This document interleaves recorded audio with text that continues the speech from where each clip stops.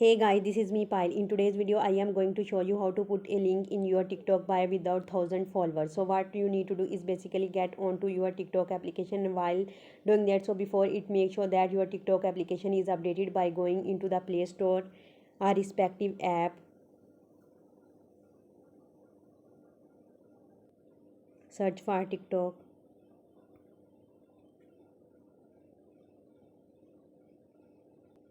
Once it's updated, make sure you get into the TikTok application.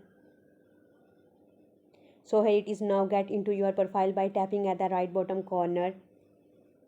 And once you have opened up the profile, all you need to do is get tap on your edit profile.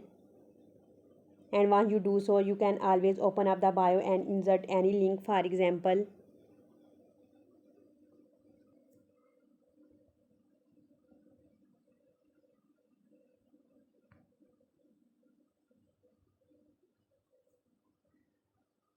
I have given the link of this thing, or you can copy any link from anywhere and just save it down. So once you do that, so you see that it would automatically be applied under 1000 followers. So this was a process by which you can put a link in your TikTok bio without 1000 followers. If you find this video helpful, please like, share and subscribe. Thanks. Have a good day.